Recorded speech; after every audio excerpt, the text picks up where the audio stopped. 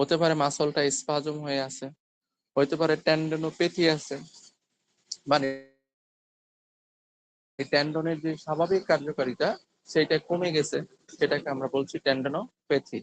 হতে পারে লিগামেন্ট যেটা আছে সেই লিগামেন্টের ওইখানে টর্ন হয়ে আছে, ফাঁসা ফাঁসা মাংসর সাথে আটকায় আছে। এবং আপনারা সামনে গেলেই দেখবেন যে এই প্রত্যেকটা সমস্যা ব্যথা সৃষ্টি করে। তো যখন আমরা হয়তো ভাবি বা আপনারা অনেকেই জানেন বা অনেকে এখন জানবেন যে আমরা হয়তো ভাবি যে একটা মানুষের হাঁটু ক্ষয় হইছে, তো হাঁটু ক্ষয় হইলে আমরা তো ক্ষয়পূরণ করে দিতে পারতেছি না। তাহলে তার ব্যথাটা কিভাবে কমাবো? তো ব্যথা কমানোর উপায় হচ্ছে তার হাঁটু ক্ষয় হলো, ঠিক আছে। হাঁটু ক্ষয়ের পাশাপাশি হাঁটু ক্ষয়ের জন্য কিন্তু তার ব্যথা সৃষ্টি হয় না। ব্যথা সৃষ্টি হয় হাঁটু ক্ষয়টা যে হলো, এটা হলো প্রাথমিক কারণ। সেকেন্ডারি কারণ হচ্ছে হাঁটু ক্ষয়ের কারণে তার মাংসর সাথে ফাঁসা হয়তো আটকে যাবে, অথবা মাংসের যে ফাইবার গুলো সেখানে ট্রিগার তৈরি হবে, অথবা যে টেন্ডন সেটার কার্যকারিতা কমে আসবে। এখন আমরা যে ফিজিওথেরাপিস্ট যদি এগুলো সমস্যাগুলো সমাধান করতে পারি, তাহলে তার ব্যথাটা কিন্তু কমে যাবে। তাহলে সফট টিস্যু থেরাপির উদ্দেশ্য হচ্ছে এটাই, যে আমরা পেইনকে কমিয়ে নিয়ে আসবো।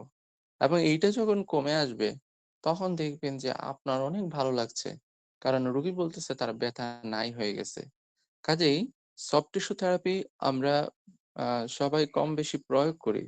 কিন্তু এক্সাক্ট নিয়ম কানুনের অভাবে দেখা যায় আমরা যেভাবে দিতে চাচ্ছি সেইভাবে সেটা প্রয়োগ হয় না। কোনো একটা দিতে যেয়ে আমরা হয়তো একটা মেসেজ করতেছি, মেসেজ করার সময় রোগী অত্যাধিক চিৎকার চেঁচামেচি করতেছে, ব্যথা করছি। সেই টেকনিকটা হয়তো এখানে appropriate নয়। এই বিষয়গুলোই আমরা সফট টিস্যু থেরাপিতে জানতে পারবো। এইজন্য সফট টিস্যু থেরাপি মূলত ফিজিওথেরাপির একটা ইন্টারভেনশন। তো এইটাকে সফট টিস্যু ফিজিওথেরাপি বলার কোনো সুযোগ নেই। এটা সফট টিস্যুই থেরাপি। অর্থাৎ সফট টিস্যুকে মোবিলাইজ অ্যান্ড সফট টিস্যুর উপরে বিভিন্ন রকমের টেকনিক প্রয়োগ করে চিকিৎসা করা। This is soft tissue therapy. এবং এটা হচ্ছে সফট টিস্যু থেরাপির মৌলিক কনসেপ্ট বা বেসিক কনসেপ্ট। তো এই কথাটাই আমার এখানে লেখা আছে যে সফট টিস্যু থেরাপি হলো ফিজিওথেরাপির একটি ম্যানুয়াল চিকিৎসা পদ্ধতি। ম্যানুয়াল তো আমরা বুঝি যেটা মানুষ নিজের হাত দিয়ে করবে। দ্যাট মিনস ফিজিও নিজের হাত ব্যবহার করে এই চিকিৎসাটা করে থাকে। যেখানে শরীরের নরম টিস্যু যেমন মাসল, টেন্ডন, লিগামেন্ট এবং ফাসা এর উপর হাতের মাধ্যমে চাপ প্রয়োগ করা হয়। স্ট্রোক বা নির্দিষ্ট টেকনিক প্রয়োগ করা হয়। স্ট্রোক মানে আপনি যে হাতটাকে একবার ঘুরিয়ে নিয়ে আসলেন, অথবা হাতটা দিয়ে উলম্ব বা লম্বভাবে, অথবা ডান থেকে বাম দিকে মাসলটাকে সরিয়ে নিলেন, যেটাই আপনি করেন না কেন, এটা একটা স্ট্রোক। এর মূল উদ্দেশ্য হলো ব্যথা কমিয়ে ফেলা, রক্ত সঞ্চালন বৃদ্ধি করা, মাংসপেশি টান কমানো এবং স্বাভাবিক নড়াচড়াকে ফিরিয়ে আনা। যেই কথাটা আমি একটু আগে বললাম, যে তিনি হয়তো অস্টিওআর্থ্রাইটিসের রোগী, তিনি হয়তো হচ্ছে রিউমেটয়েড আর্থ্রাইটিসের রোগী, সিউডো আর্থ্রাইটিসের রোগী, যে কারণেই হোক না কেন, দেখা যাবে তার এই যে সফট টিস্যু নিয়ে একটা প্রবলেম থাকবেই। আপনি যখনই সফট টিস্যু গুলো হচ্ছে আহ ফাইন্ড আউট করে এই ট্রিটমেন্টটা করতে পারবেন, তখন তার ব্যথা দূর হয়ে যাবে। অ্যাট লিস্ট যদি খুব ক্রনিক হয় তাহলেও প্রায় 70% ব্যথা চলে যায়। তাহলে এই সফট টিস্যু থেরাপিটা খুব ইম্পর্টেন্ট। এরপরের পৃষ্ঠায় আছে ফিজিওথেরাপি চিকিৎসায় সফট টিস্যু থেরাপি একটি মৌলিক গুরুত্বপূর্ণ অংশ। কারণ বেশিরভাগ মাস্কুলোস্কেলেটাল সমস্যার মূল কারণ হলো মাসল টাইটনেস, ট্রিগার পয়েন্ট বা ফেসিয়াল অ্যাডেশন। জি, কেউ বলছেন কিছু?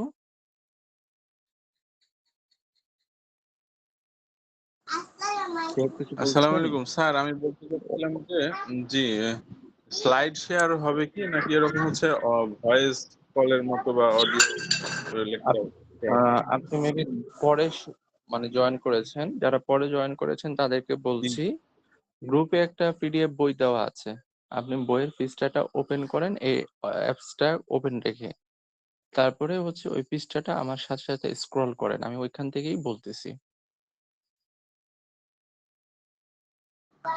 আচ্ছা, ঠিক আছে, ধন্যবাদ। যদি কোনো সমস্যা হয় আমাকে জানাবেন।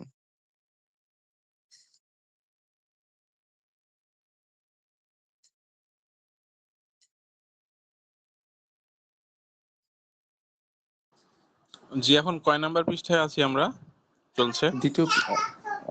প্রথম অধ্যায়ের 2য় পৃষ্ঠা। ও, আচ্ছা, ধন্যবাদ। জি, কন্টিনিউ করেন প্লিজ।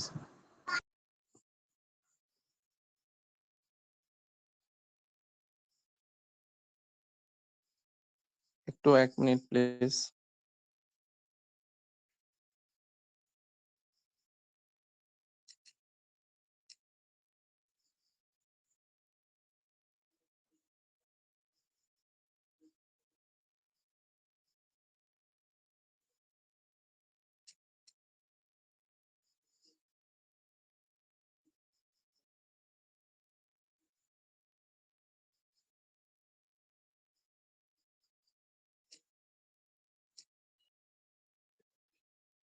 আচ্ছা,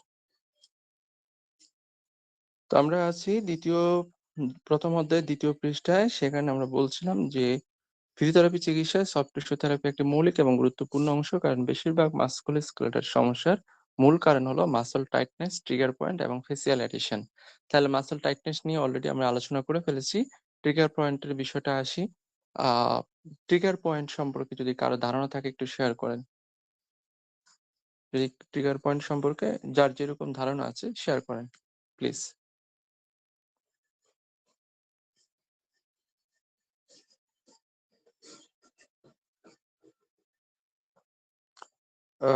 আমরা যদি ইন্টারেকশনে না যাই অনেকে ঘুমায় পড়বেন, ঠিক আছে? তো আমি চাই না আপনারা ঘুমায় পড়েন, এই জন্য একটু বলেন ট্রিগার পয়েন্ট সম্পর্কে যার যেরকম ধারণা আছে যে এইটাই ট্রিগার পয়েন্ট। জি, ওয়ালাইকুম আসসালাম। ট্রিগার পয়েন্ট হচ্ছে আঙ্গুল জয়েন্ট আটকে যাওয়ার, হাতের আঙ্গুলের জয়েন্টগুলো আটকে যাওয়ার মতো আর কি স্যার। শর্ট করে শব্দ খুলে যায়, আবার কিছুক্ষণ আবার এটা আটকে যায় স্যার। এই ধরনের একটা অবস্থা আর কি স্যার। আচ্ছা, আর কেউ?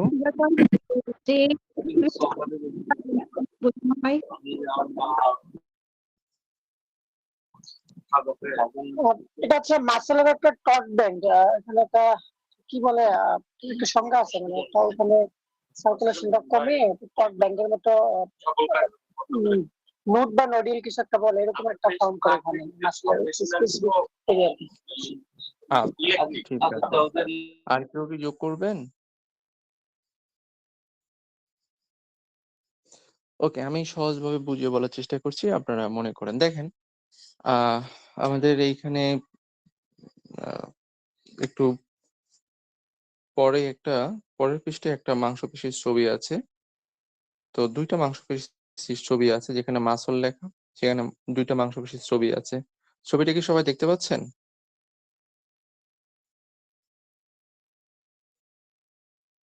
জি স্যার, দেখা যায় স্যার। আচ্ছা, ছবিটা যদি একটু ঝুম করে নেন, দেখবেন এখানে কতগুলো সুতা দেখা যাচ্ছে। প্রথম ছবিটাতেও 2য় ছবিটাতেও, অর্থাৎ মাংসগুলোর ভিতরে কতগুলো সুতা দেখা যাচ্ছে, তাই না?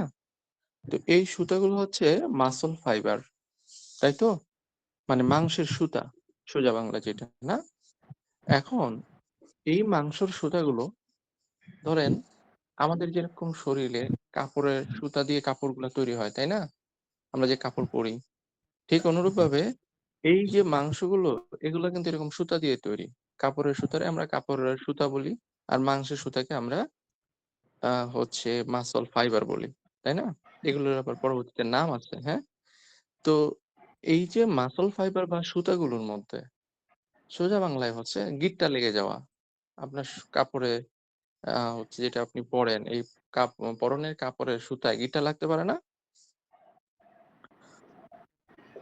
তো অনুরূপ ভাবে এই মাংসর এটাতে গিঁটটা লেগে যেতে পারে। তো এই গিঁটটাটা কেন লাগে? গিঁটটা অনেক কারণেই লাগতে পারে। ধরেন, যদি পর্যাপ্ত অক্সিজেন ওখানে না পৌঁছায়, অথবা দেখা গেল 5টা সুতা মনে করেন একটা মাংসের মধ্যে আছে। উদাহরণস্বরূপ বলছি, ধরেন 5টা সুতা আছে। 5টা সুতার মধ্যে 2টা সুতা যেভাবে প্রসারিত হওয়ার কথা ছিল সেভাবে হইছে, কিন্তু একটা সুতা ওর মতো করে বাকি 2টার মতো করে প্রসারিত হইতে পারে নাই। তখন কি হলো? এই সবগুলো সুতো তো একসাথে আছে, 2টা সুতা ঠিকমতো প্রসারিত হয়েছে, একটা হইতে পারে নাই। এই একটার মাঝখানে একটা গিঁটটা লেগে যাবে। বুঝতে পেরেছেন কিনা কথাটা? আমার কথা কি সবার বোঝা গেছে? জি স্যার, বুঝা গেছে। জি স্যার। এই যে গিটটা লেগে গেল, দিস ইজ ট্রিগার পয়েন্ট। তাহলে এইগুলা অনেক কারণে হয়। তো বিশেষ করে যাদের মাসকুলোস্কেলেটাল বিভিন্ন সমস্যা আছে তাদের ক্ষেত্রে দেখা যায় কি অবভিয়াসলি মানুষের মধ্যে এই ট্রিগার পয়েন্ট ডেভেলপ করবে। এটা কমন। কেন কমন? কারণ হচ্ছে ওই যে যার ব্যথা আছে সে তো স্বাভাবিকভাবে মুভমেন্ট করবে না। সে কি করবে? সে হচ্ছে অ্যাবনর্মাল মুভমেন্ট করবে, অর্থাৎ হাতটা পুরো উঠবে না। হয়তো দেখা গেছে ফ্লেকশন ঠিক মতো করছে, এক্সটেনশন সে তার মতো করে যেভাবে ব্যথা না হয় সেইভাবে করার চেষ্টা করছে। ফলে ওইখানকার যে মাংসগুলো আছে সেই মাংসের প্রত্যেকটা সুতা ঠিকভাবে মুভ করছে না, অর্থাৎ ইমব্যালেন্স পাবে মাসল ফাইবার গুলো মুভ করছে। আর যার কারণে ওখানে কি হয়ে যাবে, এই গিঁটটা লেগে যাবে, ট্রিগার তৈরি হবে। তো এই ট্রিগার পয়েন্ট আপনাকে রিলিজ করতে হবে। যদি আপনি ব্যথাটা, ট্রিগার পয়েন্ট রিলিজটা কিন্তু হচ্ছে এই সফট টিস্যু থেরাপির মাধ্যমে করা হয়। আরেকটা হচ্ছে ফেসিয়াল অ্যাডেশন। ফেসিয়াল অ্যাডেশন সম্পর্কে কারো ধারণা থাকলে শেয়ার করেন। আমরা এটা একটা ইন্টারেক্টিভ ক্লাস করি, আমরা কথা বলি। এখানে শাই হওয়ার কিছু নাই বা আনইজি হওয়ার কিছু নাই বা এটা ভাবার কিছু নয় যে আচ্ছা আমি যে বলতেছি সবাই যদি ভাবে যে আচ্ছা আমার এটা যদি ভুল হয়ে থাকে, এই সেই, নাথিং এলস। আমাদের নিজেদের মধ্যে পাণ্ডিত্য দেখানোরও কিছু নাই, আবার হচ্ছে হীনমন্যতে ভোগার কিছু নাই। আমরা আমাদেরকে ম্যাক্সিমাম স্কিল করে গড়ে তুলতে চাই for the purpose of the benefit of patient. আমরা রোগীর কাছে আমরা সেরা হতে চাই। কাজে আপনি যেটা বুঝছেন সেটা শেয়ার করবেন, আমরা ডিসকাস করব, সবাই মিলে আলোচনার মাধ্যমে সবার ধারণাগুলোকে আমরা আরো ক্লিয়ার ভাবে নিজেরা বুঝে নিব। সো ফেসিয়াল এডিশন সম্পর্কে যদি কারো ধারণা থাকে আমাদের সাথে শেয়ার করেন। স্যার বলতে চাচ্ছিলাম, জি বলেন। স্যার এডিশন মানে তো লেগে যাওয়া, তো জি ফেসিয়াল এডিশন মানে হয়তোবা একটা ফসা আরেকটা ফসার সাথে লেগে যাওয়াকেই ফেসিয়াল এডিশন বলে। আচ্ছা, আর কেউ যোগ করবেন? স্যার এটাই জানতাম যে ফেশিয়াল মানে ফাসাগুলো যদি কোনোভাবে শক্ত হয়ে যায় বা কোনো একটা টাইটনেস ডেভেলপ করে এটাকে অ্যাডহেশন বলে। আচ্ছা, আর কেউ যোগ করবেন? স্যার এডিশন মানে বাধাপ্রাপ্ত হওয়া, কোনো কারণে যদি ফাসা তার হচ্ছে মুভমেন্টে যদি বাধাগ্রস্ত হয় বা টাইটনেস ডেভেলপ করে তখন সেটাকে ফেসিয়াল এডিশন বলে। আচ্ছা, আর কেউ যোগ করবেন? স্যার অ্যাডেশন হচ্ছে আসক্তি আর কি স্যার, আসক্তি মানে এ, আকর্ষণ করা আর কি স্যার। ফেসিয়াল আচ্ছা, অ্যাডেশন মানে হচ্ছে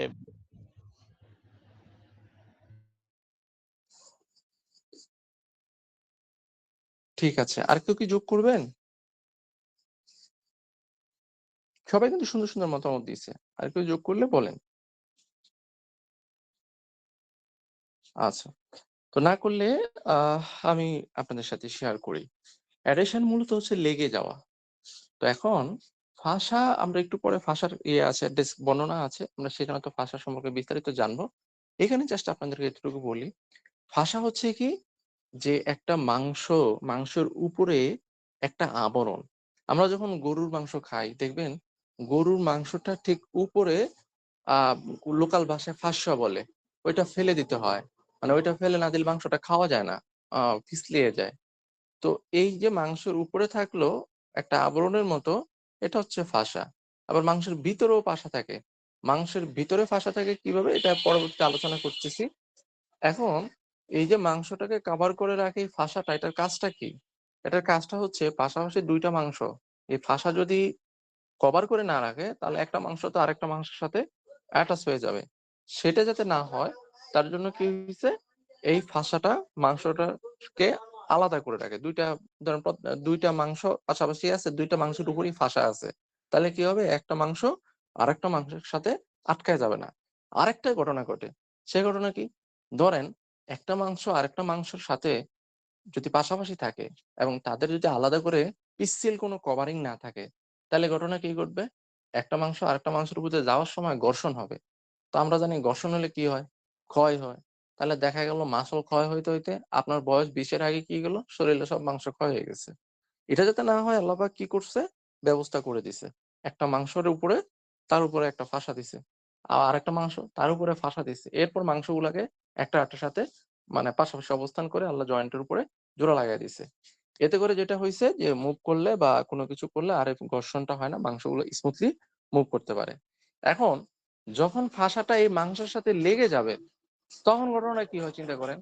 তখন কিন্তু দেখা যায় এই মাংসটা একটা আরেকটার থেকে সহজভাবে মুভ করতে পারতেছে না, সে তো লেগে আছে, মুভ করবে কিভাবে?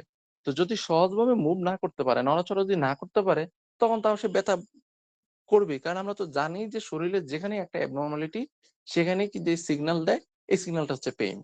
অর্থাৎ পেইন হচ্ছে আপনাকে বলতে চায় যে আমার সমস্যা, আমাকে ট্রিট করো। এটাই হচ্ছে মূলত ব্যথা, এবং এটা আপনারা ফিজিওলজিতে সংজ্ঞা পড়ে আসছেন, তাই না? Pain is a sensation that alerts the patient to treat that. অর্থাৎ যে ব্যথা হচ্ছে একটা অনুভূতি যেটা রোগীকে বলে যে এই জায়গায় সমস্যা, আমাকে চিকিৎসা করো। এটা হচ্ছে পেইন। তো ওই যে ফাঁসার অ্যাডিশন হয়, ফাঁসাটা লেগে গেলে যেহেতু মাংসগুলো ঠিকভাবে মুভ করা হচ্ছে না, তখন তখন কিন্তু কি হবে, ব্যথা হবে, এবং এই ব্যথাটার মাধ্যমে বোঝাতে চাচ্ছে যে এখানে একটা সমস্যা হচ্ছে। আমার কথাগুলো কি বোঝা গেছে কিনা, না কঠিন লাগতেছে? যদি কঠিন হয় আমি একটা সহজভাবে ভেঙে ভেঙে বলার চেষ্টা করব। রেসপন্স করেন প্লিজ। স্যার বুঝেছি।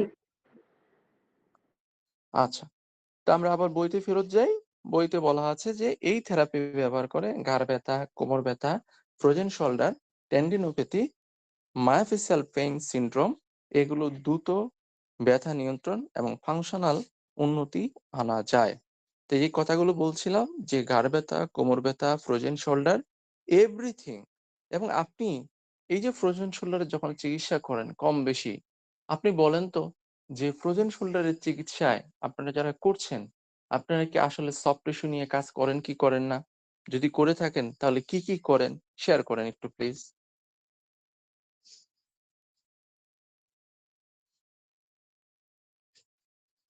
শেয়ার করেন একজন।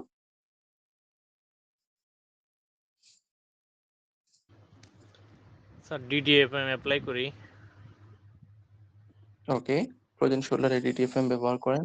আর আর কি করেন? বেশি টেন্ডারনেস থাকলে জিটিএফএম অ্যাপ্লাই করি। আচ্ছা, টেন্ডারনেস থাকলে ডিটিএফএম ব্যবহার করেন, ঠিক আছে। আর কি করেন?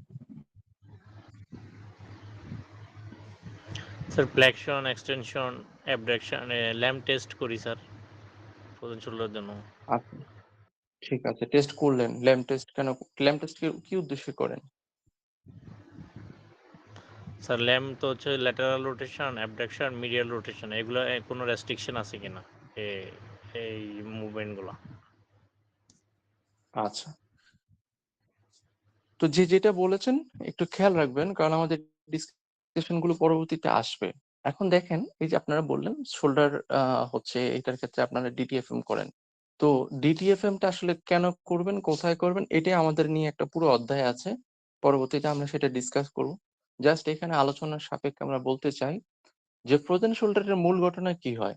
মূল ঘটনা হচ্ছে হিউমেরাসের যে হেডটা আছে এইটার সাথে আহ শোল্ডার জয়েন্টের যে গহ্বরটা আছে, এই গহ্বরের একটা ক্যাপসুল আবরণ, বা ধরেন যে যেটাকে আরো সহজভাবে বললে কি বলা যায়, যে এইটার সাথে এই হিউমারাসের হেডটার সাথে গহ্বরের একটা কানেক্টেড টিস্যু দিয়ে আটকানো থাকে, তাই না? যেটা কি হয়ে যায়, ফ্রিজ হয়ে যায়। ফ্রিজ মানে জমাটের মতো হয়ে যায়। এখন জমাটের মধ্যে হয়ে গেলে আপনি যখন চিকিৎসা করবেন, আপনার মূল উদ্দেশ্য হচ্ছে এই জমাটটাকে ছাড়ানো। আমরা যে চাকা ঘুরাই, দেয়াল ক্লাইম্বিং এক্সারসাইজ করি, এগুলো হচ্ছে যে কেউ করতে পারে। এটা রুগীরা দেখে দেখে করতে পারে, এবং এইটা যদি দেখে দেখে করে তাহলে সেই রুগীটা ভালো হবে মিনিমাম ধরেন 2 মাস, 3 মাস, 4 মাস পরে অটো ভালো হবে। তাহলে আপনার কাছে সে কেন আসবে? আপনার কাছে তো আসতেছে সে ইনস্ট্যান্ট রিলিফের জন্য। তাহলে ইনস্ট্যান্ট রিলিফ যদি আনতে হয়, আপনাকে কি করতে হবে? এই যে শোল্ডার জয়েন্টের যে ক্যাপসুলটা বা এই যেটা আটকায় আছে, এটা কি হবে, কি যে ফ্রিজ হয়ে গেছে, এটাকে আপনাকে ছাড়াইতে হবে। এখন আপনি যখন এই স্ট্রাকচারটা দেখবেন যে এই যে আবরণীটা, এইটার উপরে আবার হচ্ছে ফ্রিজটাকে কাটানো, কোনটা ফ্রিজ হয়েছে? ক্যাপসুলটাকে আপনি কাটাবেন, কিন্তু ক্যাপসুলের আগে পৌঁছানো মানে ক্যাপসুলের কাছে যে আপনি পৌঁছাবেন এটা তো আপনি পৌঁছাইতে পারতেছেন না। কেন পৌঁছাইতে পারতেছেন না? কারণ ক্যাপসুলের আগে আর অনেকগুলো সফট টিস্যু আছে। এই যে ক্যাপসুলটাতে ঝামেলা, এইটার কারণে বডি কি করে, এই উপরের যে মাংসগুলো আছে, টেন্ডন গুলো আছে, এগুলার ভিতরে ঝামেলা সৃষ্টি করে। এগুলার কোনোটার মধ্যে ট্রিগার তৈরি করে, কোনোটার মধ্যে হচ্ছে টাইটনেস তৈরি করে, কোনোটার মধ্যে হচ্ছে তার যে কার্যকারিতা টেন্ডন এটা তৈরি করে দেয়। তো রোগী দেখা যাচ্ছে যে আপনার কাছে যখন আসবে, আপনি তো মূল লক্ষ্য হচ্ছে ফ্রিজটাকে কমানো। ফ্রিজটা কিন্তু সোজা, কমানো সোজা। আপনি যখনই তাকে মুভ করবেন তখন কিন্তু সে কমে আসবে, একদম ইজিলি কমে আসে। কিন্তু সমস্যা হচ্ছে আপনি তো ওইখানে পৌঁছাইতে পারবেন না। তার আগে কি হচ্ছে, এই যে যে সফট টিস্যু গুলো আছে, এইগুলা যে ঝামেলাগুলো আছে, এই ঝামেলাগুলো আপনাকে বাধাগ্রস্ত করবে। তাহলে অ্যাজ এ ফিজিও আপনি যখন এই ঝামেলাগুলো দূর করে দিতে পারবেন সফট টিস্যু টেকনিকের মাধ্যমে, আপনি সহজেই পৌঁছে যাবেন তার এই ক্যাপসুল আবরণের ভিতরে। যখন আপনি ক্যাপসুল আবরণের মধ্যে পৌঁছে যেতে পারবেন, তখন আপনি মাত্র ৩ থেকে ৪ দিনে, মানে প্রথম ৩ দিনেই আপনি ফ্রোজেন শোল্ডারের পেশেন্টের 50% পেইন কমাইতে পারবেন। ৫ দিনের মধ্যে 90% পেইন ওকে, এবং রেঞ্জ 10% বাকি বাদে 90% রেঞ্জ আপনার চলে আসবে তার। তো তখন হচ্ছে আপনি ফিল করবেন যে দিস ইজ ফিজিওথেরাপি। এখন আপনি যদি এই আমরা প্রচলিত যে ব্যায়ামটাকে দিই, ক্লাইম্বিং এক্সারসাইজ বা পেন্ডুলার এক্সারসাইজ, এইটা দিয়ে আমাদের কিন্তু সেইম কাজটাই আমরা রুগীকে দিয়ে করাইতে চাই। এখন রুগীকে দিয়ে করাইতে চাইলে যেহেতু এইটা একটা অ্যাক্টিভ প্রসেস, এবং রুগী যেহেতু এখানে পেইন ফিল করে, ব্যথা অনুভব করে, এই কারণে রুগী কিন্তু যেই পজিশনে গেলে ব্যথাটা লাগবে না, সে সেই পজিশনে দাঁড়ায় হাতটা ঘুরাবে। যেই পজিশনে সে ক্লাইম্বিং করলে ব্যথা কম লাগবে, সে সেইখানে ধরে ওয়াল ক্লাইম্বিং করবে। কাজেই তখন তার আউটকামটা অনেক স্লো। এবং এইগুলো অনেক ইউটিউব ভিডিওতে দেখবেন যে এই ব্যায়ামগুলো দেওয়া আছে। যখন এই ব্যায়ামগুলো সে দেখে থেকে বাসায় করতে পারে। আপনার কাছে আসার দরকার কি? আপনার কাছে তখনই আসবে যেটা আপনাকে এত কমায় ফেলতে পারেন। তখন সে আমরা এই যে মাসলের কথা বলেছি, ফাসার কথা বলছি, এগুলো না জানলে অ্যাকচুয়ালি আমরা পরবর্তী জিনিসগুলো বুঝতে পারবো না। যেহেতু আমাদের এই বইটা হচ্ছে মূলত প্র্যাকটিক্যাল বেসড, আপনার স্কিলকে ডেভেলপ করার বেস। এটা গতানুগতিক বই না যে আপনি হচ্ছে এখানে পড়লেন, থিওরি পড়লেন, হাংচাং পড়ে টরে এটা হইলো না। এখান থেকে আপনি মূলত আপনার স্কিলকে ডেভেলপ করবেন। সেহেতু আমাদের এই বিষয়টা বুঝতে হবে। তো আপনারা যারা হচ্ছে আহ গ্রাজুয়েশন অর আন্ডার গ্রাজুয়েশন যেখানে মাসলের গঠন পড়ছেন, অনেক কঠিন কঠিন বিষয় দেওয়া আছে, বর্ণনা করা আছে, জেড ব্যান্ডের কথা বলা আছে, অ্যাক্টিনের কথা বলা আছে, মায়োসিনের কথা বলা আছে, মাইক্রোফাইব্রিলের কথা বলা আছে, অনেক কিছু বলা আছে। তো সেটার জন্য আর আমার বই কেন পড়বেন? আমার বই পড়বেন আপনি এই কারণে যে আমি আসলে এগুলো বলি নাই। আমি যেটা বলতে চাইছি সেটা হচ্ছে, আমি ২ লাইনের একটা সংজ্ঞা দিছি, দেন আপনার একটা ছবি দিছি। আমরা আসলে ছবি থেকে বিষয়টা বোঝার চেষ্টা করব। এখানে আমরা মাসল সম্পর্কে যেটা বলছি সেটা হচ্ছে, মাসল হলো শরীরের এমন টিস্যু যা সংকোচন এবং প্রসারণের মাধ্যমে শরীরকে নড়াচড়া করে। তো এটা একটা সহজ কথা, এটা না বোঝার মতো কিছুই নাই যে আমাদের হাড় সরাসরি নড়াচড়া করতে পারে না। হাড়কে নড়াচড়া করাইতে হইলে, আমাদের হৃৎপিণ্ডকে নড়াচড়া করাইতে হলে অবশ্যই মাংসের দরকার। তাহলে মাংস হচ্ছে এমন একটা টিস্যু যা সংকোচন এবং প্রসারণ করতে পারে। সংকুচিত হইতে পারে, প্রসারিত হইতে পারে, এবং শরীর এর মাধ্যমে নড়াচড়া করে। আজকে যে আমাদের হার্ট নড়াচড়া করে, একই কারণে আমাদের মাসল আছে বলে, হার্টের যে মাংস যেটাকে আমরা কার্ডিয়াক পেশি বলি, সেটা আছে বলে কিন্তু নড়াচড়া করতে পারতেছে। তো এইরকম হচ্ছে এই হচ্ছে মাসলের বিষয়। এখন মাসলের ভিতরে ছোট ছোট ফাইবার থাকে যা শক্তি উৎপন্ন করে। একটা বোন লেখা, বোন মানে হাড্ডি, সবাই আমরা জানি। বোনের সাথে টেন্ডন কানেক্টেড, মানে মাংসের শেষ প্রান্তের ফাইবার গুলো একসাথ হয়ে যে টাইট একটা পিন্ডর মতো তৈরি করে হাড়ের সাথে যুক্ত হয়, দিস ইজ টেন্ডন। এটা আমরা অলরেডি বলেছি। এবার দেখেন, টেন্ডনের উপরে একটা সাদা সাদা আবরণ দেখা যাচ্ছে, এবং এই আবরণটা কিন্তু পুরো মাংসের উপরেই আছে। এই যে পাতলা আবরণটা দুইটার উপরে আছে, এটা মূলত হচ্ছে ফাসা। তো আমরা ফাসাটাকে আবার পরে জানবো। এখন আমরা হচ্ছে মাসলটাই সম্পর্কে জানি। এখন আমরা মাসলটার দিকে যদি খেয়াল করি, দেখেন কি দেখা যাচ্ছে, যে এই মাংসটার ভিতরে আবার ছোট ছোট কতগুলো মাংসের বান্ডেল দেখা যাচ্ছে। এই একটা বান্ডেলকে বের করে আনা হয়েছে, যেটাকে আমরা ক্যাপিলারি নেটওয়ার্ক লেখা, এবং তার সামনে লেখা পেরিমাইসিয়াম। এই পেরিমাইসিয়াম হচ্ছে কি, এই বান্ডেলের উপরের আবরণ। তাহলে আমরা মাংসের উপর একটা আবরণ, আবার মাংসগুলো কতগুলো বান্ডেল দিয়ে গঠিত, তার মধ্যে একটা বান্ডেলকে বের করে আনলাম, সেই একটা বান্ডেলের উপরে আবার যে গুলো সুতা দিয়ে তন্তু দিয়ে তৈরি, সেই তন্তুগুলোর নাম হচ্ছে মায়োফাইব্রিল। এবার মায়োফাইব্রিলের উপরে এখানে লেখা আছে মায়োফাইব্রিল এর নাম কি, সার্কোলেমা, সার্কোলেমা। এবার এই যে মায়োফাইব্রিল, এইটাকে যদি আপনি একে আবার ভাগ করেন, তখন আপনি কি পাবেন, আরো সূক্ষ্ম মাসল ফাইবার পাবেন। সেইটাকে যদি আবার বের করেন, তখন আপনি পাবেন অ্যাক্টিন আর মায়োসিন। কাজে আপনারা যারা হচ্ছে বায়োমেকানিক্স পড়েছেন, সেখানে এই যে অ্যাক্টিন মায়োসিন পড়েছেন, জেড ব্যান্ড পড়েছেন, তো জেড ব্যান্ড যে কোথায় থাকে, সবাই মনে করে অ্যাক্টিন মায়োসিন ফাইবার, না, অ্যাক্টিন মায়োসিন এটা একদমই শেষ একক, একদমই ভিতরের একক। তার মানে এখানে দেখেন যে অনেকগুলো সুতা আছে, যে কোনো একটাতে প্যাচ লাগতে পারে। আপনাকে করতে হবে কি, আপনি এজ এ ফিজিও উপরে হাত দিয়ে এই মাংসটাকে ধরে অনুভব করে, এই অনুভব করাটাকে বলে প্যালপেশন। এই অনুভব করে আপনি হচ্ছে বের করবেন আইদার এই মাংসতে ট্রিগার আছে, নাকি মাংসটা টাইট হয়ে গেছে, নাকি স্পাজম আছে, নাকি কি সমস্যা আছে, এটা আপনি অনুভব করে বের করবেন। এই অনুভব করে বের করতে পারলেই আপনার প্রথম কাজ শেষ। দেন আপনি হচ্ছে টেকনিক চয়েস করবেন। তাহলে আমাদের এখানে যেটা মূল বিষয়, মাসলের স্ট্রাকচার। তাহলে মাসলের স্ট্রাকচারে আমরা দেখলাম যে একটা মাসল কতগুলো বান্ডেল দিয়ে তৈরি, অর্থাৎ মাসলের ভিতরে আবার কতগুলো আটি আছে, সেই আটিগুলো আবার কতগুলো ফাইবার বা সুতা দিয়ে তৈরি, যেগুলো আমরা মায়োফাইব্রিল বলি। সেই মায়োফাইব্রিল গুলো আবার হচ্ছে সূক্ষ্ম সুতা দিয়ে তৈরি। সেগুলোর ভিতরে আবার কি থাকে, অ্যাক্টিন ফিলামেন্ট থাকে, মায়োসিন ফিলামেন্ট থাকে, মানে আরো সূক্ষ্ম সুতা থাকে।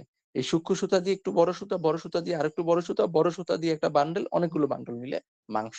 তাহলে মাংসের গঠনটা সহজে কি সবার কাছে মানে হচ্ছে অনুধাবন হয়েছে কিনা, সবাই অবশ্যই আগে থেকে জানেন।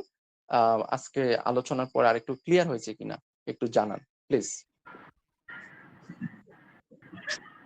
জি স্যার। আচ্ছা, আর কথা বুঝতে অসুবিধা হলে বা আমার পড়া বোঝা যাচ্ছে না, তাহলে একটু বলবেন, হ্যাঁ। কারণ কথা তো অনেক ভাবেই বলা যায়, যেভাবে আপনারা বুঝেন এইভাবে না বুঝলে অন্যভাবে বুঝে বলার চেষ্টা করব। বাট শেয়ার করবেন, ঘুমায় যান না কেউ।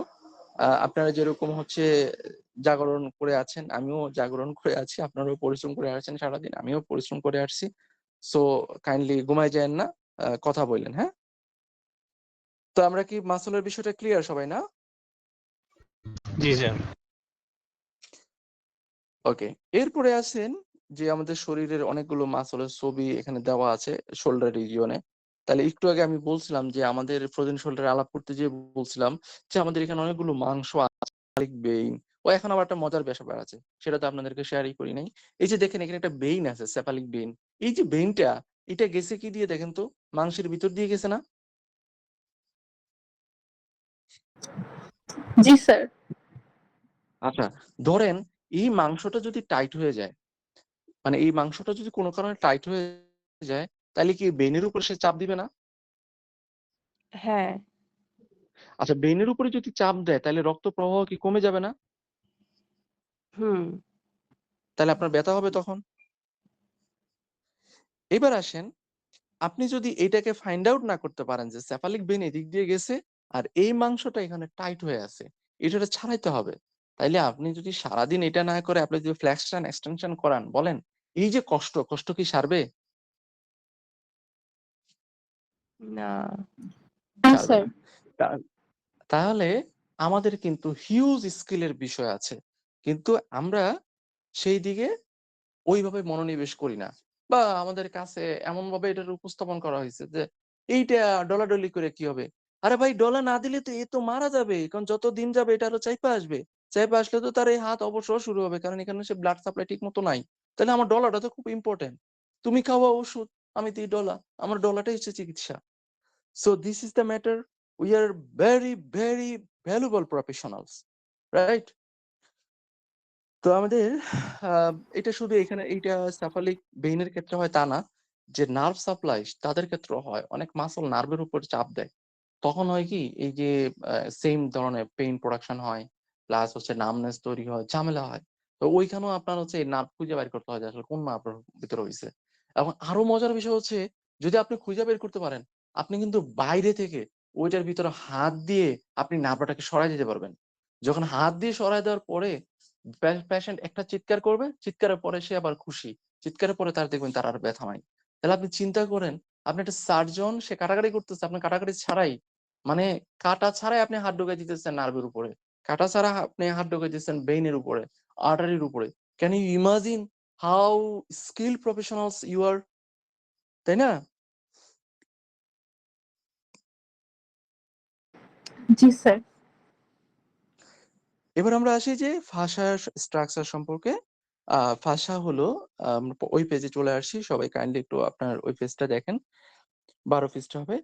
ভাষা হলো এক ধরনের কানেকটিভ টিস্যু যা মাসল, অর্গান এবং স্ট্রাকচারকে ঘিরে রাখে।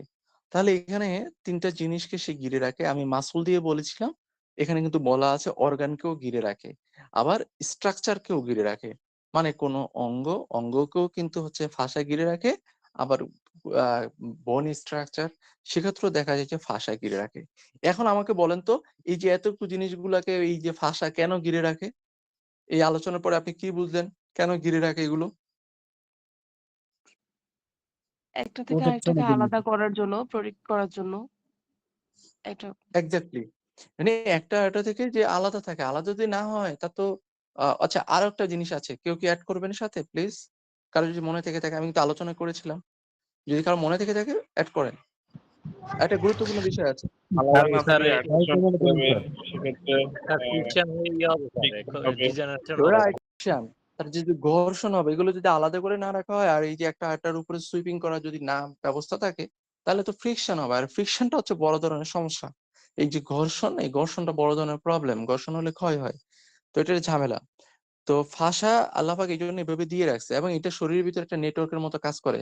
ফাঁসা শক্ত বা টাইট হয়ে গেলে ব্যথা, স্টিফনেস, মুভমেন্ট লিমিটেশন হতে পারে। এটা কিন্তু এটা, এইবার এটার মধ্যে দেখেন উপরের দিকে একটা আবরণ দেওয়া আছে, এটা হচ্ছে ফাঁসা। আবার ভিতরে যে আটিটা আছে, আটিটার উপরে একটা তীরচিহ্ন দেওয়া আছে, সেটার নাম লিখে রাখছে ফাঁসা। তাহলে আমরা কি বুঝলাম? যে বড় মাংস হলে সেটার উপরেও একটা আবরণ থাকে, আবার ছোট ছোট বান্ডেল, যেটা মাংস গঠিত হয় যে বান্ডেল গুলা দিয়া, সেটার উপরেও কিন্তু ফাঁসার আবরণ থাকে। ঘটনা কি? ঘটনা হচ্ছে মাংস যখন নড়াচড়া করে, মাংসের ভিতরের ফাইবার গুলো নড়াচড়া করে। ফাইবার গুলো নড়াচড়া মানে কি? মানে হচ্ছে যে ওর ভিতরে যে বান্ডেল গুলো আছে, মানে মাংস যে বান্ডেল গুলা দিয়ে তৈরি, সেগুলো নড়াচড়া করে, বান্ডেল গুলোর ভিতরে যে ফাইবার গুলো আছে সেগুলো নড়াচড়া করে। তাহলে প্রত্যেকটা জিনিস যেহেতু নড়াচড়া করে, নড়াচড়া করতে হলে তার ভিতরে যে হচ্ছে ফাঁসা আছে, সেই ফাঁসাটা আল্লাহ পাক দিয়ে রাখছে যাতে করে এটা ঘর্ষণ প্রিভেনশন হয়। তাহলে ফাঁসা, আপনাদের ধারণা একদম ক্লিয়ার হয়ে যাওয়ার কথা। এরপরে এখানে একটা ডান পাশে একটা ক্রস সেকশনাল ছবি আছে, সেখানে দেখেন সবার উপরে স্কিন দেওয়া আছে। স্কিনের পরে একটা লেয়ার, যেটাকে আপনি ধরে নিতে পারেন যে একটা চর্বির লেয়ার, দেন একটা সুপারফিশিয়াল ফাসা আছে, সুপারফিশিয়াল ফাসার পরে আরেকটা লেয়ার, তারপরে দেখেন আবার ডিপ ফাসা আছে, ডিপ ফাসার পরে একটা এফআইসিয়াম থাকে, তারপরে মাংসপেশি থাকে। তাইলে দেখেন ফাসা কয়েকবার দেওয়া আছে, কয়েক লেয়ারে দেওয়া আছে, ওই প্রত্যেকটা লেয়ারের একই উদ্দেশ্য, এই কারণে ভাষাটা ব্যবহার হয়। এখন বলেন ভাষা সম্পর্কে আপনাদের মানে আগে যা বুঝতেন, এখন যা বুঝতেছেন, অনেক ক্লিয়ার কিনা? Clear sir. আচ্ছা, ঠিক আছে, যদি এখনো কারো জি, জটিলতা থাকে বলতে পারেন। শুধু একটা প্রশ্ন করতে চাচ্ছিলাম। সেটা হচ্ছে যে এটা কি অনেকটা লুব্রিক্যান্টের মতো কাজ করবে? আহ আ- এটা আমি ফ্রিকশন প্রিভেন্ট উত্তরটা করে। দিচ্ছি। উত্তরটা হচ্ছে, দেখেন, ফ্রিকশন প্রিভেন্ট করতে হলে অবশ্যই হচ্ছে সেটা পিচ্ছিল হইতে হবে। তো লুব্রিকেন্ট তো আসলে তরল হয়, কিন্তু তরল হওয়া ছাড়াও অনেক বস্তু পিচ্ছিল হইতে পারে। যখন আপনি দেখবেন কোরবানির সময় গরুর মাংস ধরলে হাত থেকে ছুটে যাচ্ছে, তো ছুটে যাচ্ছে কেন? কারণ হচ্ছে তার উপরে যে ফাসাটা আছে সেটা পিচ্ছিল, এবং এই পিচ্ছিল থাকার কারণে আপনি তাকে ধরে রাখতে পারবেন না। তখন আমরা করি কি, ময়দা দিয়ে হাতে মাখায় তারপরে তাকে ধরি, যাতে করে তার ওই যে পিচ্ছিল যে বিষয়টা, এটা না হয়, না থাকে, তাই না? তার মানে এটা জি, লুব্রিকেন্ট বলা যাবে না, বাট এটাকে আমরা বলবো যে তার একটা পিচ্ছিল প্রপার্টিজ আছে, স্লিপারি এটা। অর্থাৎ জি, স্লিপারি প্রপার্টিজ আছে। ক্লিয়ার? জি, জি। Sir thank you. ফার্স্টটা কি স্যার মায়োফিব্রিল পর্যন্ত থাকে নাকি স্যার সার্কোমিয়ার পর্যন্ত?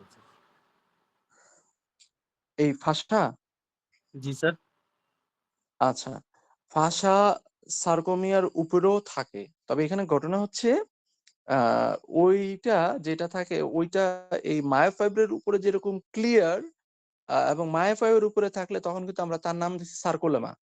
ঠিক জি ওই সার্কোমিয়ারের উপরে যেটা থাকে এইটা কিন্তু এইটার মতো এত প্রমিনেন্ট না। আমি কি বুঝাইতে পারছি কিনা? মানে জি এত হচ্ছে ক্লিয়ার না। ওইটা হচ্ছে মানে খুবই পাতলা, মানে খুবই পাতলা আর কি, জাস্ট হচ্ছে হালকা ভাবে লাগানো থাকে। আর ওইটা এই যে সার্কোলেমা বা এটার উপরে যে ফাংশনটা এটা যেরকম ডিপলি কাজ করে ওইটার এটা এত মানে ডিপলি না। কেন ডিপলি না? দেখেন আমরা যখন একটা মাংস উপরের দিকে আপনি ফোর্স করবেন তো বেশিরভাগ শক্তি কিন্তু আপার লেয়ার থেকে মিড লেয়ার পর্যন্ত যাইতে যাইতে কমে আসে, ঠিক কিনা বলেন তো? জি স্যার। তো যত নিচের দিকে যাবে তখন কমে আসে, এই জন্য নিচের দিকে হালকা হলেই এনাফ। তা আল্লাহ পাক ওইভাবেই সৃষ্টি করে দিয়েছেন। ঠিক আছে, এবার আসেন পরবর্তী পৃষ্ঠায় আমরা একটা ছবি দিয়েছি। এটা একটা রিয়েল ছবি। রিয়েল ছবির মধ্যে দেখেন লেখা আছে সুপারফিশিয়াল ভাষা, ডিপ ভাষা। দেখেছেন কিনা সবাই? জি আচ্ছা, এখন দেখেন এই যে সুপারফিশিয়াল ভাষা, ডিপ ভাষা যে লেখা আছে, এই ধরনের মাংস নিশ্চয়ই আপনারা দেখছেন না। কারো জীবনে দেখেন না এরকম কেউ আছেন কিনা যে কখনো দেখেন নাই?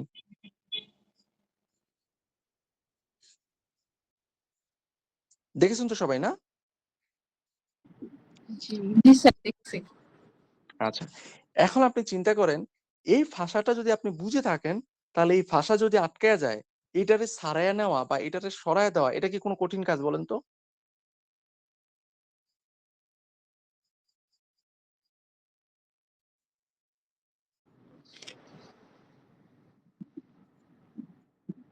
এটা কি কঠিন কাজ যদি আপনি বুঝতে পারেন যে এই ভাষাটা আটকে গেছে? না, কঠিন হবে না। এটা কঠিন কঠিন হবে হবে না, না। তখন এটা সহজ একটা কাজ।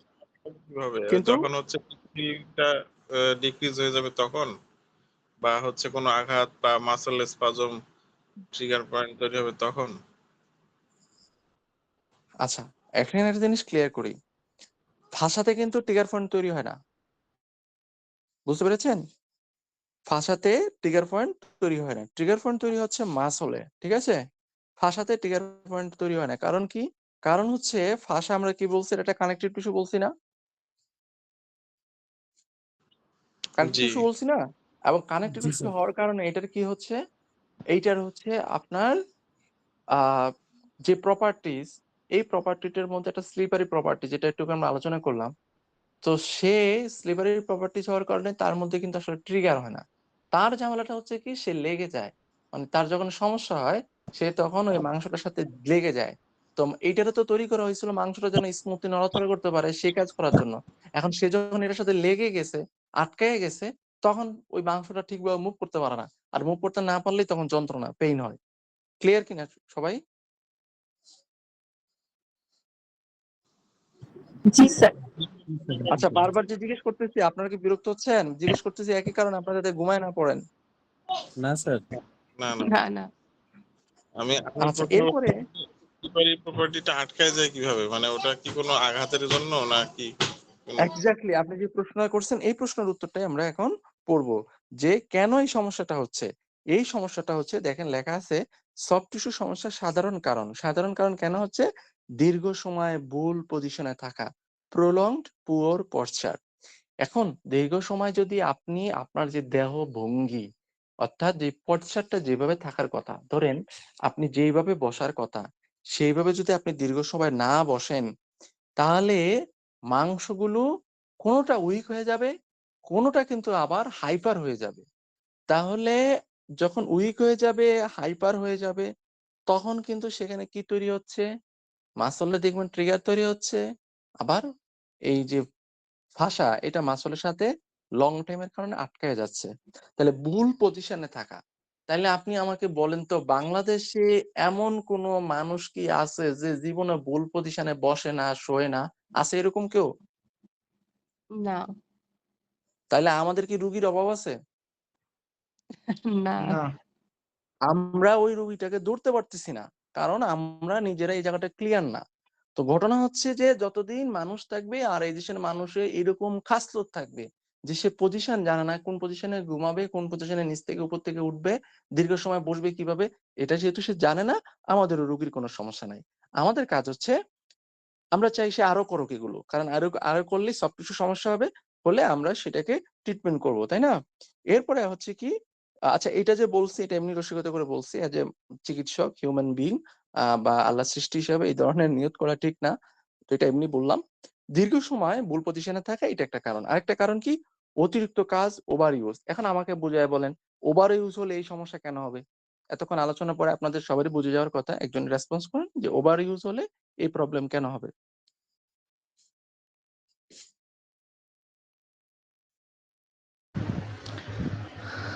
মাসেল ফাইবার গুলো সবগুলো মুভমেন্ট করে, যার কারণে এই ধরনের ক্লট বা কোনো কিছু হতে পারে। আচ্ছা, আর কেউ যোগ করবেন?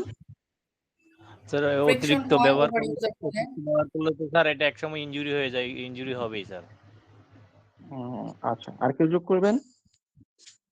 স্যার মুভমেন্ট বেশি হলে ফ্রিকশনও বেশি হবে, যার কারণে আচ্ছা, আর কেউ? ইমব্যালেন্সড হয়ে যাবে জিনিসগুলি। আচ্ছা, আর কেউ কি যোগ করবেন? আচ্ছা, না করলে আমরা কথা বলি। হ্যাঁ, সেটা হচ্ছে কি, দেখেন আপনি যখন অতিরিক্ত কাজ করেন তখন আপনি কি হয়ে যান? ক্লান্ত হয়ে যান। আপনি ক্লান্ত হয়ে যাওয়া মানে কি, আপনার ভিতরের মাংস ক্লান্ত হয়ে যায়। এখন মাংস যখন ক্লান্ত হয়ে যায়, তারপরও যখন আপনি তারে দিয়ে কাজ করান, তখন সে কি করে? তার আচরণটা কি? যখন মাংস ক্লান্ত হয়ে যায় এবং আপনি তখন তারে দিয়ে আরো কাজ করাইতে যান, তখন সে ক্লান্ত শরীর নিয়ে কাজ করতে চায়। এখন ক্লান্ত শরীর নিয়ে যদি কেউ কাজ করে, বলেন তো তার কি কাজগুলা ঠিক মতো হবে? না। হবে না। তখন কি হচ্ছে, ওই একই ঘটনা, তখন মাংস ফাইবার গুলো ঠিক মতো সে প্রসারিত হচ্ছে না, সংকুচিত হচ্ছে না, দুইটা একটু বেশি হচ্ছে, একটা কম হচ্ছে। দ্যাটস, ওইখানে তখন কি তৈরি হবে? তখন হয় স্পাজম হবে, নয়তো ট্রিগার হবে, নয়তো হচ্ছে মাসল টাইটনেস তৈরি হবে। আচ্ছা, এখানে একটা বিষয় বলি, আপনার মনে করছেন যে টাইটনেস আর মানে স্পাজম একই জিনিস, আপনাদের ধারণা কি এটাই কিনা, যে টাইটনেস, মাসল টাইটনেস আর স্পাজম একই জিনিস, ঠিক কিনা বলেন তো? না, এরকমই ধারণা কিছুটা। না স্যার, এক না, এক না। আচ্ছা, এক না। স্পাজমটা আচ্ছা, কি আমাকে অল্প কেউ একজন বলেন জায়গায় হবে প্রপারটা না? কি? স্পাজমটা তো আমি আমার কাছে যা মনে হয় আর কি, স্পাজমটা তো মনে হয় লোকালি হবে, আর টাইটনেসটা তো একটা ভাজ এরিয়া নিয়ে হওয়ার কথা না? স্যার স্পাজম আচ্ছা, এবং ধরেন টাইটনেসের মধ্যে আমরা যদি মাংসর গঠন দেখলাম, মাংস গঠন দেখার পরে কি মনে হলো, যে আসলে প্রত্যেকটা মাংসর একটা শুরু থাকে আর শেষ থাকে, তাই না? এবং শুরুতে একটা টেন্ডন থাকে, শেষে একটা টেন্ডন থাকে, এটা তো আমরা সবাই ক্লিয়ার নাকি? জি। জি স্যার। আচ্ছা, মাঝখানে কি থাকে? ফাইবার গুলো থাকে, তাই না? লম্বালম্বি ভাবে মানে অরিজিনের ফাইবার থেকে ইনসারশনের ফাইবার, মানে এক অরিজিন থেকে শুরু করে ইনসারশনে যায় শেষ হয়, এইভাবে ফাইবার গুলো লম্বালম্বি ভাবে থাকে, ঠিক তো? জি। আচ্ছা, তো এখন এইভাবে থাকার পরে ধরেন আপনি আপনি মনে করেন খুব হাসি খুশি আছেন, এখন একজন হঠাৎ করে একটা চট দিছে, দেওয়ার পরে আপনি কি হাসি খুশি থাকবেন, নাকি হঠাৎ করে আপনার যে হাসি মুডটা এটা চলে যায়, আপনি কঠিন হয়ে যাবেন? কঠিন হয়ে যাব। কঠিন হয়ে যাবেন। তাহলে কঠিন হয়ে যাওয়াটাই আমরা টাইটনেস বলতেছি, তাই না? তো মাসল যখন কোনো কারণে, সে যখন কোনো কারণে হচ্ছে ইনসিকিউর ফিল করে, ইনসিকিউর অনেকভাবে ফিল করতে পারে, তখন সে কি হয়ে যায়? টাইট হয়ে যায়। দেখবেন খুব গুরুতর পরিস্থিতি যদি আসে, প্রতিকূল পরিস্থিতি, দেখবেন আপনার শরীরের মাংস টাইট হয়ে গেছে। এখন আসেন, কোথাও শরীরের আপনার ধরেন কারো হাঁটু ক্ষয়, হাঁটু ক্ষয়ে আসলে তার তো ওই হাঁটু ক্ষয়ে যখন ছিল না, তখন সে যে মুভমেন্ট করতো, তখন তো তার এই ফ্রিকশনের ঝামেলা ছিল না, বা হাঁটুর মুভমেন্টটা স্বাভাবিকভাবে চলতো। তো যখন হাঁটু ক্ষয় হইলো, ক্ষয় হওয়ার পরে তার দরকার ছিল সারাউন্ডিং মাংসগুলোর আরো শক্তি বৃদ্ধি করা। যখন সে শক্তি বৃদ্ধি করতে পারে নাই, তখন তারে সাপোর্ট দেওয়ার জন্য, এই হাঁটুটাকে সাপোর্ট দেওয়ার জন্য মাংসগুলো কি আচরণ করবে বলেন?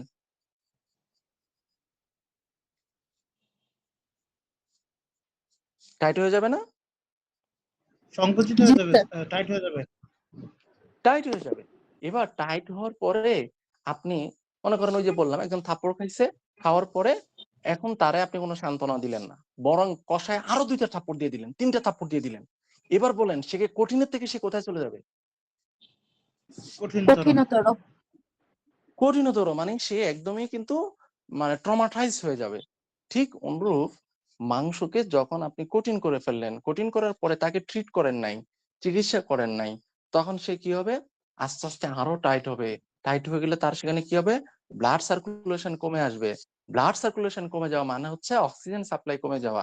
অক্সিজেন সাপ্লাই কমে যাওয়ার পরে সে মোটামুটি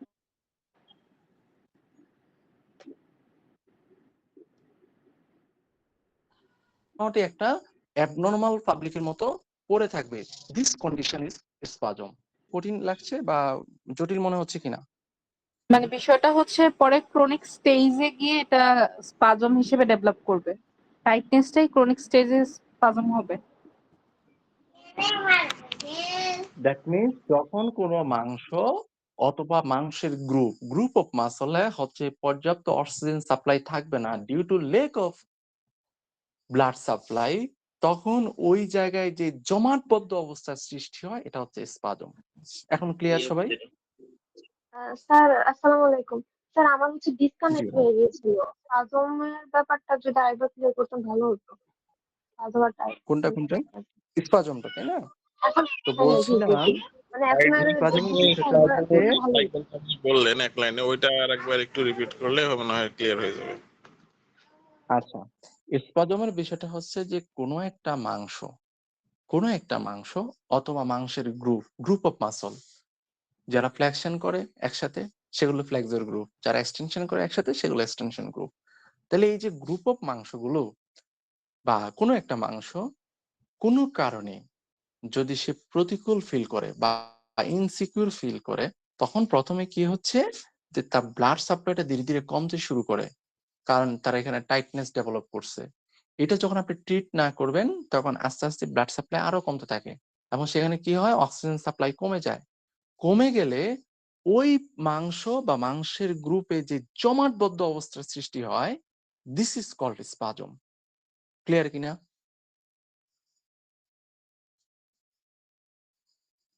ক্লিয়ার স্যার। না, যিনি প্রশ্ন করেছেন উনি বলেন। জি স্যার, ক্লিয়ার। ওকে, তাহলে টাইটনেস আর স্পাজম এক জিনিস না। টাইট যে কোনো স্যার কারণে ওইটা হতে আমরা পারে। যদি হাত দিয়ে দেখি, ওই মাসেলের উপর যদি আমরা চাপ দেই, তাইলে আমরা কিভাবে ফিল করব যে কোনটা টাইটনেস আর কোনটা হচ্ছে স্পাজম? আচ্ছা, প্রথম কথা হচ্ছে যে টাইটনেস আর স্পাজম, আরেকটা আছে গার্ডিং। ঠিক আছে, আরেকটা টার্ম আছে গার্ডিং। এখন কোনটা যে গার্ডিং, কোনটা যে টাইট আর কোনটা যে স্পাজম, এটা আমাদের আগে প্যালপেট করে শিখতে হবে। সম্ভবত এই বইতে আমি উল্লেখ করছি, শেষ দিকে কোন একটা অধ্যায় আমি লিখছি, তো আমরা ওখানে যে পড়বো। আর যদি হচ্ছে ওই জায়গা না থাকে, বইয়ের শেষের দিকে যাওয়ার পরে কাইন্ডলি কেউ একজন মনে করে দিবেন যে আপনার এটা বলার কথা ছিল বা আমি বলবো।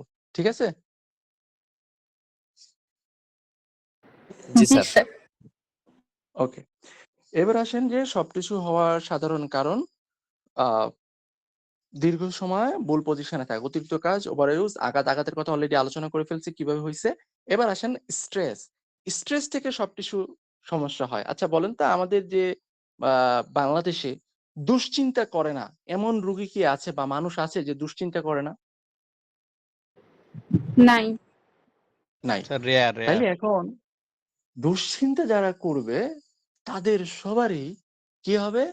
এই মাসলে হয় স্পাজম হবে, নয়তো ট্রিগার হবে, নয়তো ফেসিয়াল এরেশন হবে। কি ঘটনা বলেন?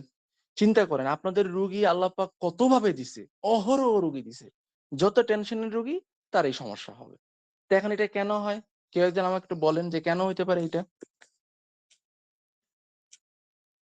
আপনার ধারণা বলেন, সমস্যা নাই। স্ট্রেসে থাকলে তো মানে রিল্যাক্স হতে পারে না, মাসল গুলো সারাক্ষণই একটা অ্যাক্টিভ অবস্থায় থাকে না। তখন তো এটা ওভার ইউজের পর্যায়ে চলে যায়, তখন সেখান থেকে হতে পারে। আচ্ছা, আর কেউ বলবেন, যোগ করবেন সাথে একটু? স্ট্রেস থাকার কারণে ওই যে কর্টিসল হরমোন বেড়ে যায়, তখন আমাদের ওই যে ব্লাড সার্কুলেশনটা মাসলের মধ্যে কিছুটা কমে আসে, এবং মাসলের মধ্যে ওই যে স্টিফনেস তৈরি হয়। আচ্ছা, মোটামুটি এই জিনিসটাই হচ্ছে মূল কথা, অলরেডি আপনারা বলে ফেলছেন। এটার সাথে শুধু একটা জিনিস যোগ হবে, সেটা হচ্ছে স্ট্রেস হলে আমাদের শরীরে যে সিম্প্যাথেটিক নার্ভাস সিস্টেম আছে, এই সিম্প্যাথেটিক নার্ভাস সিস্টেমটা অ্যাক্টিভেট হয়ে যায়। অ্যাক্টিভেট হলে সে কি করে, সে সবসময় অ্যালার্ট অবস্থায় থাকে। মানে কি বুঝেন, যখন সে স্ট্রেস হবে তখন একটা মানুষ স্বাভাবিকভাবে মাসল ফাইবার গুলো শিথিল অবস্থায় থাকবে। যখন সে স্ট্রেস হয় তখন ঘটনা কি হয়, সে সবসময় সতর্ক, বন্দুক নিয়ে দাঁড়ায় থাকে, কখন শত্রু আসবে, কখন গুলি করব। মানে এটাই তো টেনশন। টেনশনটা মানে কি, টেনশন হচ্ছে মানে কি হইলো কি হইলো কি হইলো, তখন মাসল গুলো বলে কি হইলো কি হইলো কি হইলো, সে তো তখন রিল্যাক্সে থাকে না। এই যে সে কি হইলো কি হলো বলতে থাকে, ইন দ্য মিন টাইম শরীরে কি হয়, অ্যাড্রেনালিন আর কর্টিসল দুইটা হরমোনের পরিমাণ অনেক বেড়ে যায়। এদের কাজটা কি, এরা হচ্ছে সবসময় শরীরকে বলে পালা পালা পালা। কেন পালা, মানে এরা সবসময় বলতে থাকে তোর কিন্তু সামনে বিপদ, তোর কিন্তু সামনে বিপদ। ফলে এই রোগী কি হয়, আরো স্ট্রেসে পড়ে যায়। যত কর্টিসল বাড়বে স্ট্রেস আরো বাড়বে, যত স্ট্রেস বাড়বে মাসলের টেনশন আরো বাড়বে, টান বাড়বে। তাহলে মাসলের টেনশন যখন বাড়বে সেটা অটোমেটিক আরো টাইট হয়ে যাবে। আর যখন আরো টাইট হয়ে যাবে তখন এই অবস্থাটাকে আমরা বলি প্রোটেক্টিভ মাসল গার্ডিং। এবং এই প্রোটেক্টিভ মাসল গার্ডিং থেকে আস্তে আস্তে কি হবে, ব্লাড ফ্লো কমে যাবে। ব্লাড ফ্লো কমে যাওয়ার ফলে অক্সিজেন কমে যাবে। অক্সিজেন কমে গেলে ওই জায়গার যে মেটাবলিক ওয়াস্ট, আচ্ছা মেটাবলিক ওয়াস্টের বিষয়টা একটু আপনাদের জানতে হবে। সেটা হচ্ছে যে আপনারা জানেন যে আমাদের প্রত্যেকটা শরীরের কোষের মধ্যে কি হয়, রান্না বান্না হয় না, বিপাকীয় কার্য হয় না, এটা তো সবাই জানেন মনে হয় না? জি স্যার, হয়। জি স্যার। আচ্ছা সবাই তো পড়ে আসছেন যে ওই যে মাইটোকন্ড্রিয়াকে শক্তিঘর বা পাওয়ার হাউস বলা হয়, এগুলো ইন্টারমিডিয়েটে পড়ে আসছেন সবাই। ইন্টারমিডিয়েট না পড়লে এসএসসি পড়ছেন না সবাই? জি স্যার। তো মাইটোকন্ড্রিয়াতে কি উৎপন্ন হচ্ছে, এটিপি উৎপন্ন হচ্ছে। তো এটিপি মানে তো শক্তি। এখন এই শক্তি উৎপাদন করতে চাইলে ওখানে কিছু বর্জ্য তৈরি হবে না? জি স্যার। Obviously sir. যেই বর্জ্যগুলো তৈরি হবে এগুলো না মেটাবলিক ওয়াস্ট। এমন একটা মেটাবলিক ওয়াস্ট হচ্ছে ল্যাকটিক অ্যাসিড। এটা যখন বেরোতে না পারে, মানে ব্লাড ফ্লো, রক্তের সাপ্লাই কমে গেলে এটা ঠিকমতো বাইরে হতে পারে না। তো এটা যখন বাইরে হতে না পারলে সে তখন কি করে, এখানে ব্যথা তৈরি করে। তখন কি হয়, এই ব্যথা আরো ব্যথা, আরো ব্যথা, আরো টান, এরপরে কি হচ্ছে, অক্সিজেন আরো কমায় ফেলতেছে, আরো স্পাজম, আরো ব্যথা, এইভাবে চক্র চলতেই থাকে। বুঝতে পারছেন কিনা কথাটা?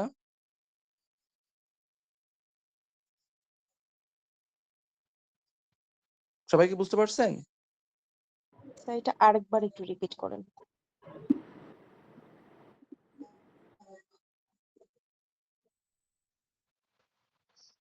আপনার কথা ভেঙে ভেঙে আসতেছে, আপনার কথা ভেঙে ভেঙে আসতেছে। বলেছি এটা যদি আরেকবার একটু রিপিট করতেন ভালো হতো। বুঝতে পারিনি, সম্ভবত নেট ডিস্টার্ব করছিল। আচ্ছা, কতটুকু পর্যন্ত লাস্ট আপনি শুনেছেন, তারপর থেকে বলবো আর কি। মাইটোকন্ড্রিয়াতে এটিপি উৎপাদন হয় তারপর থেকে। আচ্ছা, মাইটোকন্ড্রিয়াতে যখন এটিপি উৎপন্ন হয়, এটিপি মানে শক্তি উৎপাদন হলে, এখন শক্তি উৎপাদন করতে যায় ওইখানে তো একটা রাসায়নিক বিক্রিয়া সংঘটিত হয়, বিক্রিয়া কিছু বর্জ্য পদার্থ তৈরি হবে। এই বর্জ্য পদার্থগুলোকে আমরা বলতেছি মেটাবলিক ওয়াস্ট। এখন এই মেটাবলিক ওয়াস্টের মধ্যে একটা ওয়াস্ট হচ্ছে ল্যাকটিক অ্যাসিড। তো ল্যাকটিক অ্যাসিড হচ্ছে কি, এটা একটা বর্জ্য। এটা কি হচ্ছে, ওখানে জমে থাকতেছে। কেন জমে থাকতেছে, যেহেতু সে রক্তের মাধ্যমে যাইতে পারতেছে না, এখানে ব্লাড সাপ্লাই কমে গেছে। তো ব্লাড সাপ্লাই কমে যাওয়ার কারণে এই যে ওয়াস্ট যত জমবে বা বর্জ্য যত জমবে তত পেইন হবে, যত পেইন হবে মাসল আরো স্পাজম হবে, আরো টাইট হবে, এবং এই চক্রটা চলতেই থাকে। এবং ঘটনা কি হচ্ছে, এখানে একটা বিষয় খেয়াল করবেন আপনারা। এখন আমাকে একটু আইকিউ করে বলেন যে স্ট্রেসে যারা থাকে তাদের শ্বাস প্রশ্বাস চেঞ্জ হয়ে যায়, তাই না? নিঃশ্বাস নিতে কষ্ট হয় কিনা বলেন তো? জি। আচ্ছা এইটা এখন আমাকে বলেন কেন হয়? এটা আপনি এমনি বলতে পারবেন, এখন একজন বলে ফেলেন।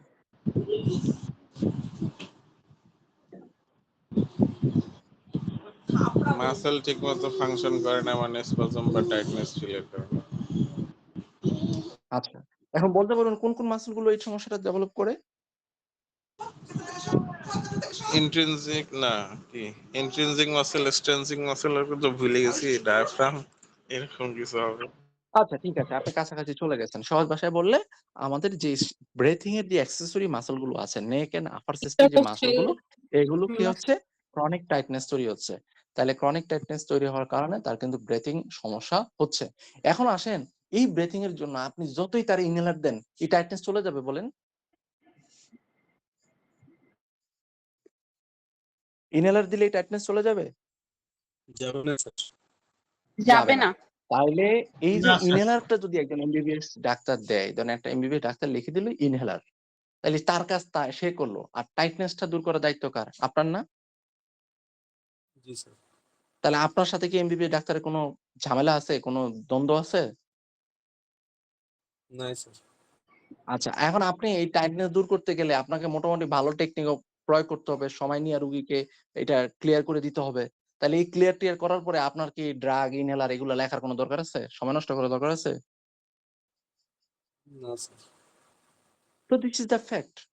আপনি যখন রিয়েল জিনিসগুলোকে ফিল করা শুরু করবেন, আপনি মনে করবেন যে এই ড্রাগ এগুলোর পিছনে ছুটা আমার ওয়াস্ট অফ টাইম, হচ্ছে আমার বিশাল জগৎ পড়ে আছে, আমি ওগুলাতে সময় দিই। হ্যাঁ, ড্রাগ সম্পর্কে অবশ্যই জানতে হবে ওই যে একটাই কারণ, যে ড্রাগ গুলোর কিছু ইফেক্ট আছে, অ্যাডভার্স ইফেক্ট আছে, কিছু মেকানিজম আছে, এইগুলো শরীরের উপরে প্রভাব ফেলে। যখন আমরা ফিজিওথেরাপিটা বাস্তবায়ন করতে যাব, ওই প্রভাবটাকে আমাকে ওভারকাম করে প্ল্যানিং করতে হবে। এই কারণে আমাদের জানতে হবে, but not necessary to prescribe that. It is waste of time for a physio. Okay, এরপরে আসেন আমরা আবার বইতে ফেরত যাই। বইয়ের এরপরে আছে যে ইনএক্টিভিটি কম নড়াচড়া, এগুলোর কারণে muscle tightness, trigger point and facial stiffness তৈরি হয়।